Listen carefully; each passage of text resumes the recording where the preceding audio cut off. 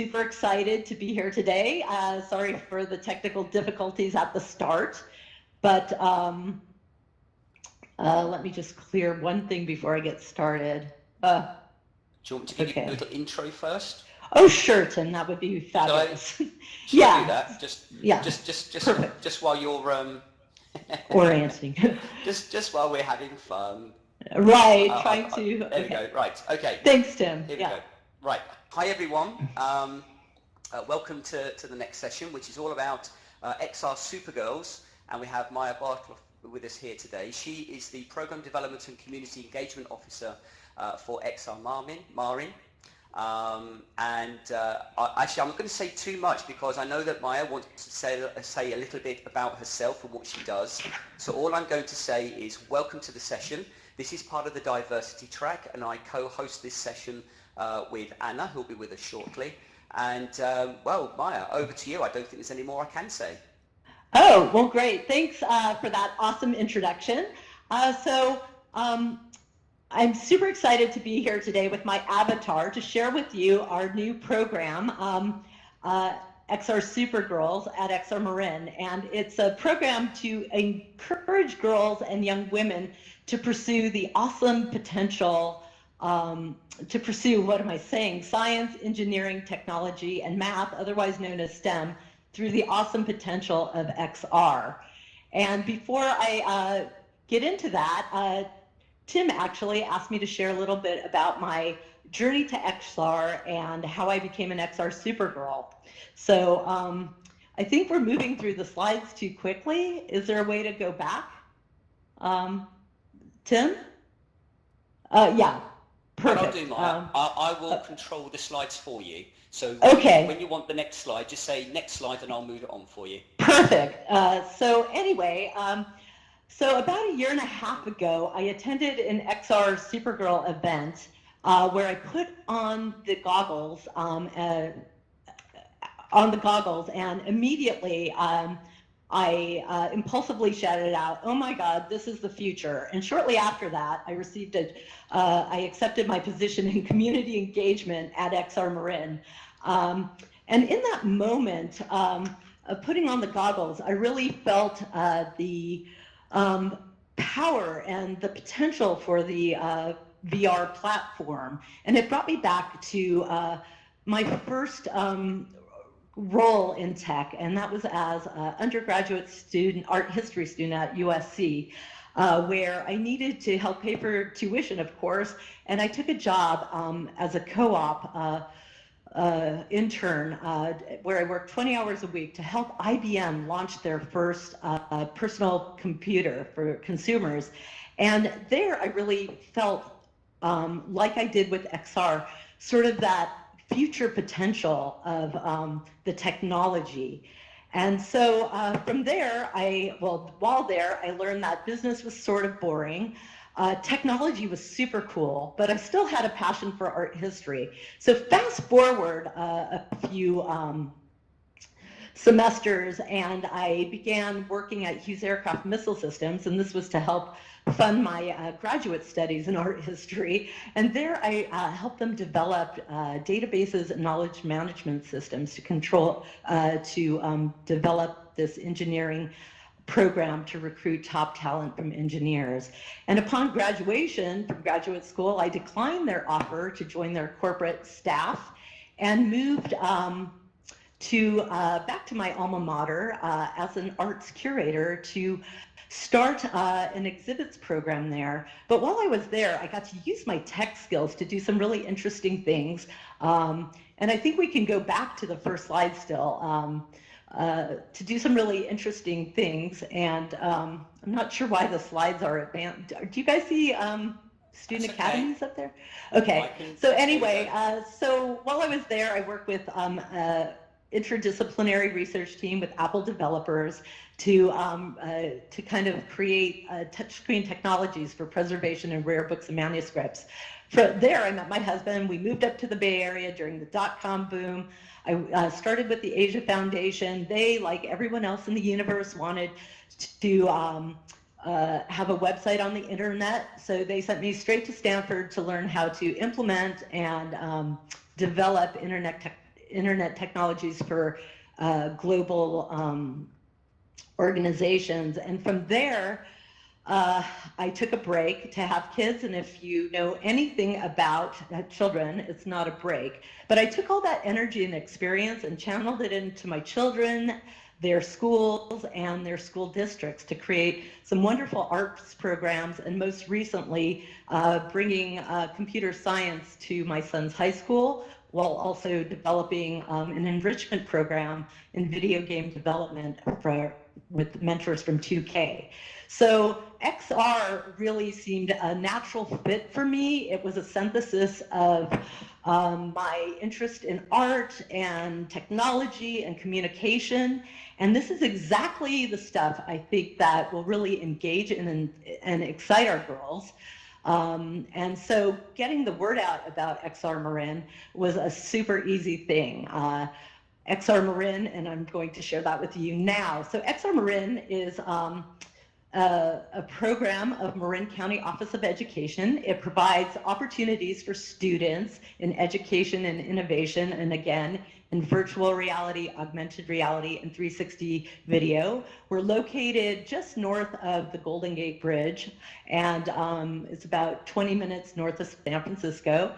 At XR Marin, we provide student academies in XR. They're free programs open to all students, grades 6th through 12th grade.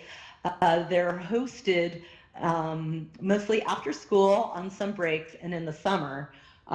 We are also bringing XR into the classroom as a transformative learning tool. And we do this with teacher collaboration with curriculum and teacher training. Next slide, please. We also, can we do next slide? I see. Yeah, it should be XR teacher training, I can see. Okay, so now we're moving from XR, from us bringing XR into the classroom. Next slide, please.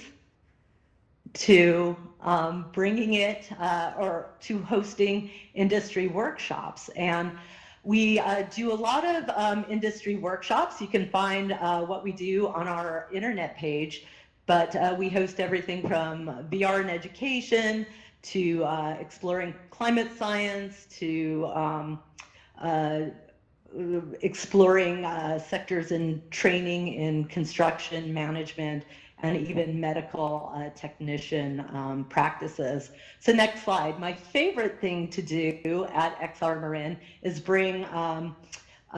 is to share the awesome potential of XR with our community. And we do this at some of our most high profile and popular civic and cultural events. And our team really at XR loves to share how these new platforms are really changing the way we live, work, and play. Next slide, please. And finally, XR Marin focuses all of their programming through the lens of equity and access to education and tech. And so as the slide shows, that we really face many of the same challenges that educators across the US and globally face in getting adolescent girls interested and engaged in computer programming and STEM pathways. Next slide, please. So in April 2019, we launched our first Supergirls program. It was an empowerment workshop. Its aim was really to introduce, again, because XR is so new in our area, if you can believe it, just north of the Silicon Valley.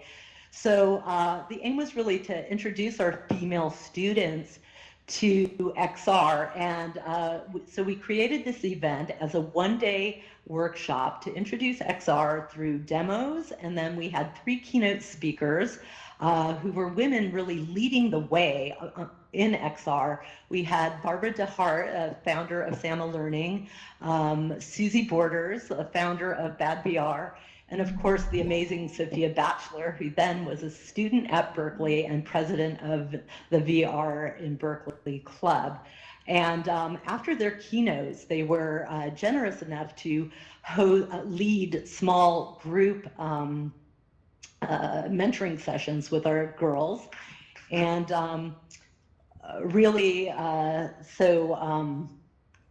lead mentoring sessions with our girls. And that event really announced to our academic community, well, first of all, it had great attendance. We had over 50 students attend from middle school to high school. We also had mothers, female developers, and some industry leaders come and join in that empowerment session. And there's nothing more powerful than getting a group of women together and excited about XR. And that event really announced our commitment to supporting girls with access to STEM pathways through XR.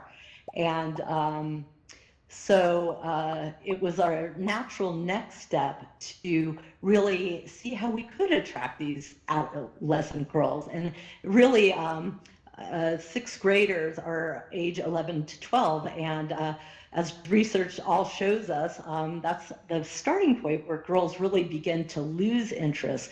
So we really needed to create an exciting program to get them engaged so that they would take our XR student academies in the following spring.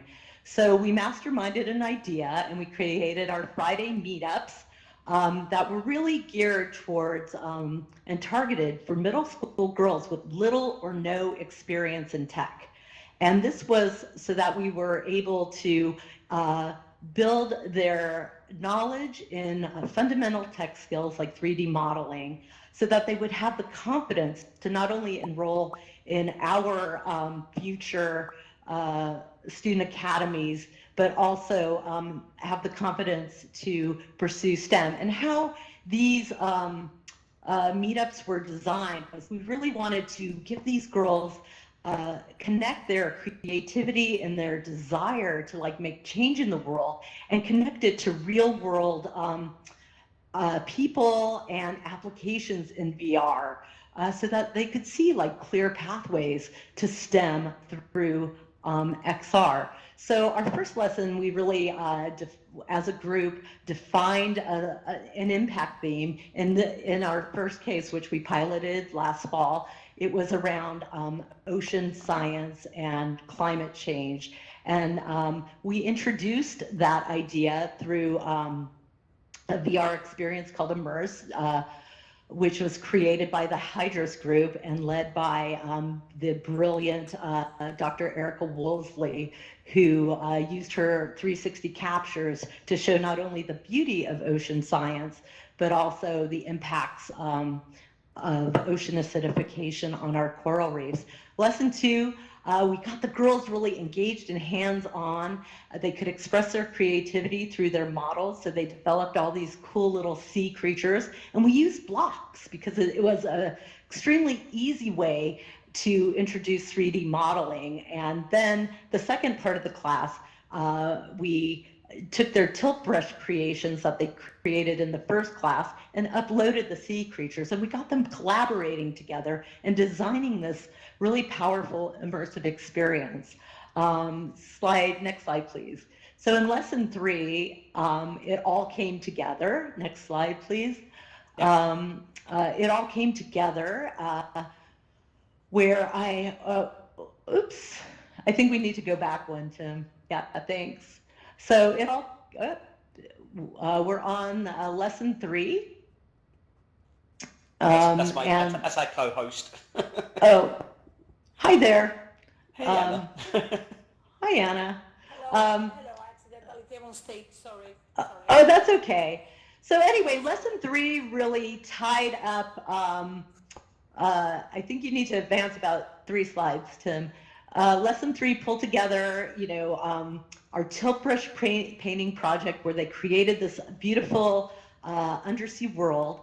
Then they created their 3D models of fish and blocks. And then the third lesson, we again built those skills in 3D modeling. I introduced Oculus Medium, And that's a more sophisticated tool. So I really had them focus on organic. We still need to go 2 slides, Tim, thanks. And forwards or backwards? Forwards. We're on lesson 3, where we're using Google Medium to create these organic, beautiful coral pieces. And that way the kids would have confidence, and they were simple forms to do. But lesson 3, we then took all of the models they made and had them design and upload their 3D experience. So the girls got to go into the immersive experience and place their 3D models and have bubbles surrounding them. And really, they named it In Our Ocean. And I think it truly is what they envisioned, a celebration of the beauty and diversity in our ocean that we need to keep in mind. So our next slide, please. The 4th lesson really tied together the idea of connecting STEM to real-world people and applications. And we opened that session with a video chat with a guest mentor, Sasha Samushina. She is the deputy manager of the Ops Lab at NASA JPL. And she was an amazing role model. She really connected how she was using science, art, and technology to create these immersive experiences to communicate to the public and research community the amazing science that was being done on Mars. And so during her talk, she was like sharing these amazing rectangular digital captures from Curiosity on Mars, and then explaining to our girls how she and her team edit them into these immersive experiences so that scientists can be on the surface of Mars at the same time. And anyway, so after that, the kids took these 360 video captures and went out of the building and did these captures. And of course, technology always fails. So they had to troubleshoot and work as teams to reconnect to the Wi-Fi, come in and edit their Tiny Planet projects. So anyway, this prototype program we launched last fall just really sparked excitement with our girls. They signed up for our Spring Academies this fall, which is super awesome. And so I think I could share some strategies to fostering an XR Super sisterhood for you guys. And really, I think clearly introducing XR through VR painting is the best way to do it. It gives people a sense of the VR experience and how to develop. And then I guess we are moving forward in the slides, so take them all in, but like, okay, so listening to your students and encouraging their personal voices. I mean, self-exploration is a huge part of becoming a leader, and being able to voice your ideas in a safe space really empowers them and builds leadership. And then creating the creative aspects to STEM by connecting it to their desire to be creative and make an impact on the world. Really, if you have I can't stress the importance of giving them a social impact theme to follow. Next slide.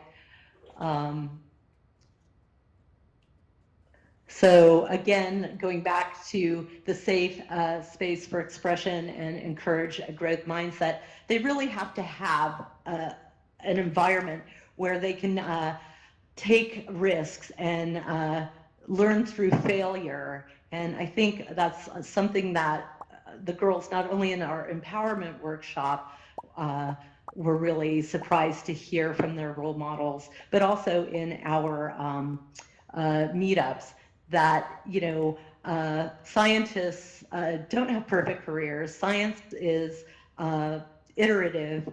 You learn through failure, and oftentimes that failure can really spark innovation and their desire for entrepreneurship.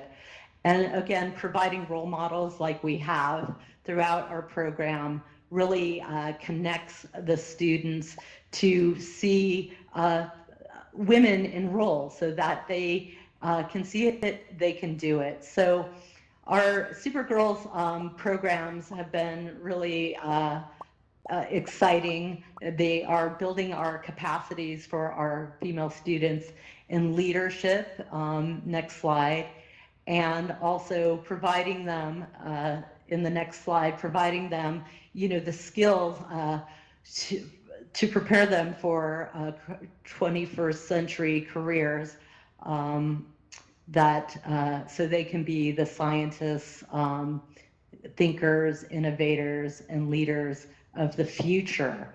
So also our Supergirls program was great in creating mentoring opportunities for women in industry to really share their experience and foster this new sisterhood. So next slide.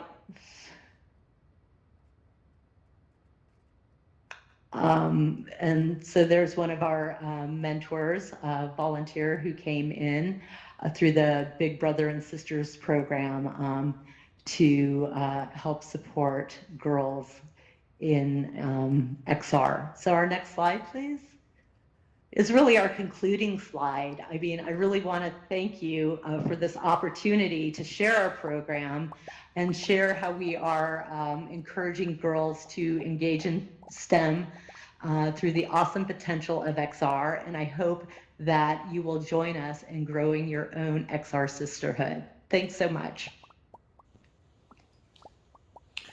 Okay, thank you so much. That was fantastic. Let's have some emojis. Oh my gosh, thank you. Maya, you're sinking into the floor a little bit over there. Oh no, okay. I didn't even notice this. Here, let me teleport up. Whoa. There you go. All right. So there's Maya's contact details if you want to get in contact with her. That was incredibly interesting. Thank you so much. Oh, you're welcome, Tim. Sorry for the technical glitches, but anyway, it happens. Kind of threw me off a bit, but... I mean, we're creating history here, so there's going to be the odd glitch or two, so it's just an amazing job. Okay. Okay, so, I mean, there's something I want to share with you, but I want to offer people the opportunity to ask questions first. So what I'm going to do, I'm going to turn on the opportunity to raise your hand. So you should now have an option appear on your right-hand side that says raise hand. Okay, so if you want to ask Maya a question, if you just want to click the raise hand button, okay, and then that will then come up as a list of people who want to ask questions. So if you'd like to do that now, if anyone wants to ask a question, please press that button now. Okay.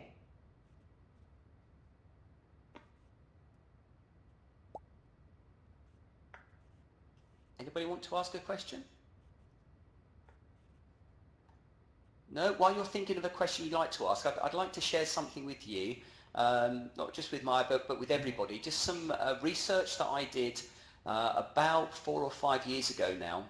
And I was asked to do some research on the question, why do we not have more girls in STEM, specifically computing subjects? Computing is an area that I teach. And one of the courses that I teach on is level 4 and level 5 HNC and HND in computing. And we wanted to ask the question, why is predominantly our cohort male?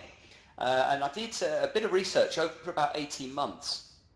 And what it turned out to be was that between the ages of 8 and 12, they are the years where girls tend to be more influenced by things around them, whether that be at home, whether it be the parents, brothers, sisters, friends, even school teachers, anybody who's important to them can influence them between those ages of 8 and 12. And often it's times where girls are making their choices as to what they want to do. And it only takes a comment from somebody who they trust, like a teacher, to say, oh, you don't want to do that subject. Why do you want to do that for? Girls don't do that.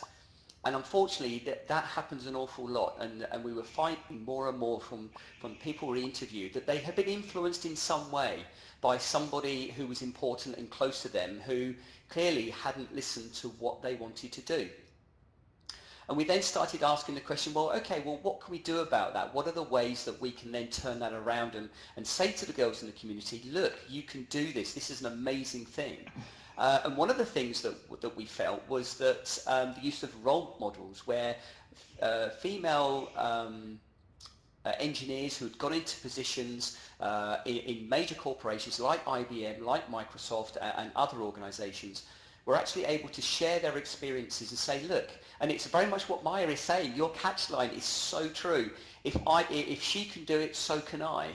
You know, and that was the whole point, that let's get these role models out there. Let's get saying to the females in our community, look, you can do this, all right? And forget the people around you. If it's something you want to do, then you should want to do it, and you can do it. And I'm absolutely thrilled about the XR Supergirls program. When I saw your presentation for the first time, Maya, I was absolutely taken aback, and I thought, wow, we need more of this. Maya actually is, well, you're understating your influence actually, because Maya's been in the industry for quite a while. She's led many industry-breaking projects, and she's worked for some very large corporations that she's not really shared with you, but she's worked for some big companies in some good positions, and she is one of those role models, in my opinion, that we need to be putting out there and saying, hey, look, Maya's done this, you can do this too, and I just think it's amazing. What was interesting was that a year after I'd finished my research and I presented at a conference, Microsoft then did the same research, asking very similar questions, and came to exactly the same conclusions that I did, and exactly the same recommendations.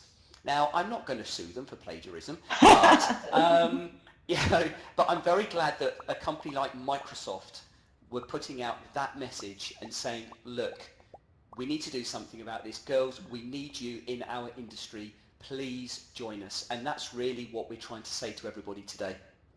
Right. Okay, and I just wanted to share that with you because I'm so passionate about this. Ah. Okay, so we have a question. Well, you're welcome. It's all true and it's all amazing. Wow. Okay, so we have some questions.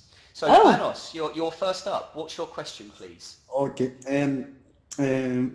Okay, first a comment about the whole thing with the role models.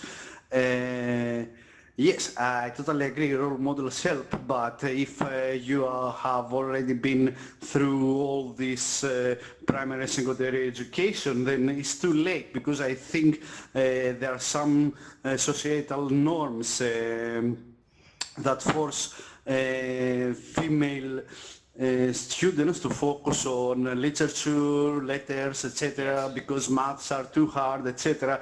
And to be honest, like myself, when I was like in school, I was totally ignorant about who is a scientist and who is a researcher. So, you know, the role models are not enough. You need to change the societal norms. And on the other hand, about the role models, it doesn't matter if your role model is female or male. For example, my role models are all females, and you know, it didn't stop me becoming like them.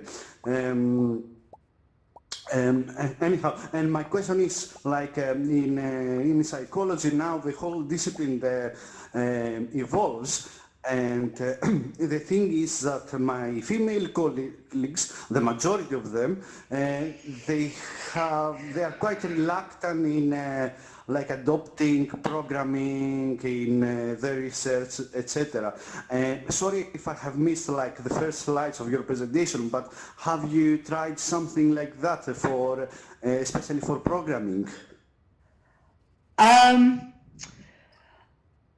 What I can say is I agree with you about role models, and like they really don't have to be female, but I think what's really important is that they are someone who that the girls can really relate to and be inspired by. And I think it's really much easier for girls to imagine a career in STEM subjects if they see successful examples. And again, as our tag goes, if they can see it, they can be it, and understand the pathways to get there.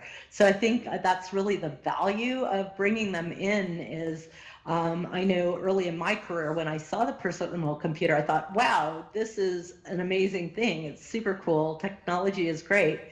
but really it didn't keep me in a tech pathway, so to speak. I didn't go in and change my major to computer science or engineering like some of my dorm mates who were, women in engineering.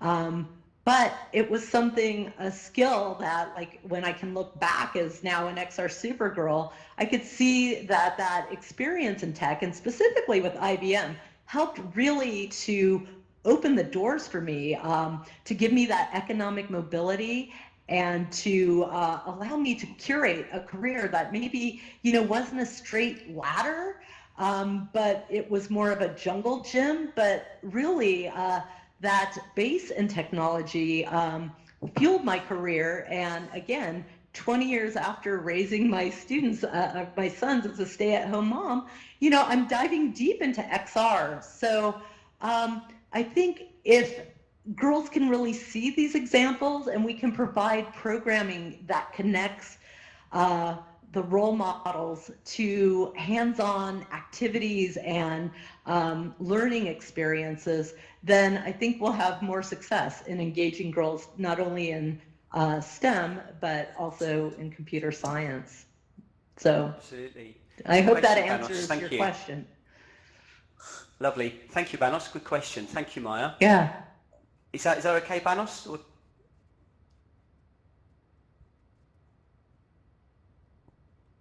Okay, we have one more question from Great. Danger Sal? Sorry, I don't know if I pronounced it correctly. Danger Sal. Okay, so would you like to ask your question, please? Sorry, Dangersaurus. Yeah. Sorry, it gives me the truncated version on my screen. I'm sorry. Dangersaurus. Okay. Yeah. I apologize. I first wanted to start off with just the appreciation that something like this is being done, and I'm sure it's being done in other areas too, but that you've taken the time to put this together and bring it to the educators in VR. I would have loved to see this kind of program available when I was younger. I was, the only girl in my coding class in high school, and essentially had to campaign with my parents just to go to college. So this kind of thing would have been wonderful. And along those lines, if someone did want to set up a local program, or even just find out how to encourage, one girl in their life, what would be the best way to connect with you or to find more information? Oh, wow. That's a great question, and also thank you for your kind words. I think the best way to connect with me, if we could put up my last slide, I have all my contact information. Sure. But again, I think Tim spoke to this idea of that some of the research that Microsoft and Tim have really showed is that girls are really more likely to pursue STEM and computer science if they are encouraged not only by their mother, but their father, and also teachers. I think there was like 67% of the girls in their study who were encouraged by both parents really sought to pursue computer science and education. So a way, to start to build your community is really to reach out to, your schools in your community to see if you can champion exploring how to build a sisterhood. And I kind of did that with computer science at my son's schools, if you can believe. Only 4 years ago, just north of Silicon Valley, their high school did not have, like many schools in our nation, a computer science program. And, how are our kids going to be prepared for the 21st century in a future that is increasingly integrated with technology? So anyway, I worked with a student group there and collaborated with the principal and key stakeholders at the district to really share my views on that and present solutions. So we started a lunchtime coding club, which was trying to teach, it was like trying to teach algebra in 20 minutes during lunch. There wasn't enough time. So that evolved into an after-school enrichment program and gave the kids more depth and hands-on learning projects so they can really foster and develop their interest in applied computer science. And from there, they would host these industry talks and bring industry people into the school. So that actually helped launch the video game development program with Mentors from 2K. We hosted a lunchtime talk with their former vice president of technology, and I asked the question, why is this room full of people? More people than the coding lab? And he's like, computer science can be very boring for most people if you don't apply it to something. And this is where I find XR to be really a powerful and exciting way for all students to get engaged, because there is that synthesis of art and creativity and tech, and it's a powerful communication tool. So I guess I hope that answers it, but I can give you some ways to and networks to reach out to maybe mentors that could speak to your community. So I'd be happy to do that if you reach out to me. Yeah. Thank you. Excellent question. Thank you so much. Maya, we've been able to go through all of the slides, but the very last slide, which is actually showing for me, which is your contact details, isn't showing, which is a little bit odd, really. Now, what I would say is that could they just do a search for XR Marin? Oh yes, our website is www.xrmarin.net, and you could just go to info. We have a contact page there, so just say, hey, I saw you in Educators at VR. So yeah. Great. I could, So it's www.xrmarin, so it's XRMARIN.net. Yes, correct. Okay. So is anyone wants to make a note of that? I'm so sorry. The last slide is showing for me. I don't understand why it's not showing for you, so I do apologise. This event is being recorded. It's being recorded, so this is going up onto the Educators in VR YouTube channel. Okay, so you'll be able to pick up the presentation from there, and also be able to obviously find the contact details as well. Okay, terrific. So, well, thank you for this opportunity, and thank you. It was awesome. Thank you so much. Let's give Mayor a round of applause, please, with your emojis, lots of hearts. Thank you so much. Fantastic. Just to let you know that the next session is going to be in about 15 minutes time. So that's 11 o'clock Pacific Standard Time. And that's going to be a spotlight event with Charlie Fink about setting the table for the next decade in XR. And then an hour after that, yes, it's going to be really interesting. Charlie Fink is an amazing guy to listen to.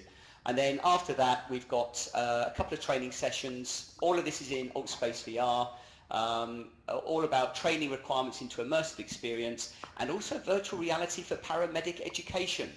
So there's a real variety of resources that are being put out your way. So please feel free to go to the events, select which one you would like, jump in and enjoy the event, like hopefully you have today.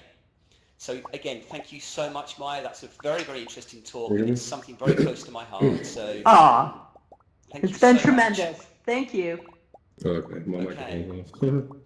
Okay. Thank you very much, everybody, and have a lovely rest of the day.